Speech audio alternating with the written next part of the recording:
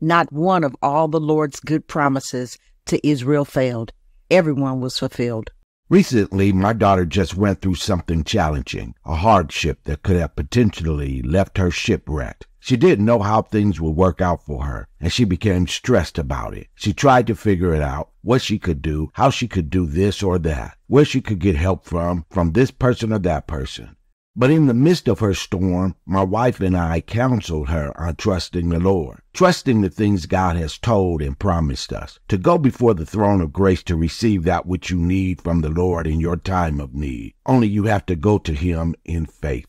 Many of us, when we experience setbacks, troubles, and problems, we tend to focus on the wrong place. We look at those things before us, keep our eyes on others in our lives. We put our attention on what we can hold on to, what we can do, what tangible resources we can employ to help us through the storm. We tend to neglect God continually reminding us when everything in life is falling apart, we can trust Him, trust His word, trust His promises. He wants us to know when you can't count on anything else, you can count on the promises of God.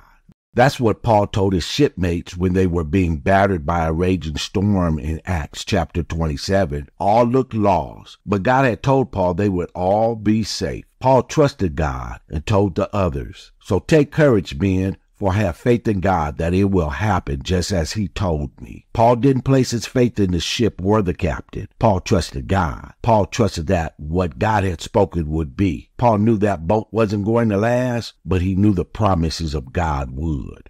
Many of us in life's storms will still try to put our trust in the boat, believing if I could only steer it this way or that way, maybe I could patch it up and sail on. Maybe I could call upon such and such to come and help me navigate and get through rough sailing. On and on and on, putting trust in that boat and not God's promises.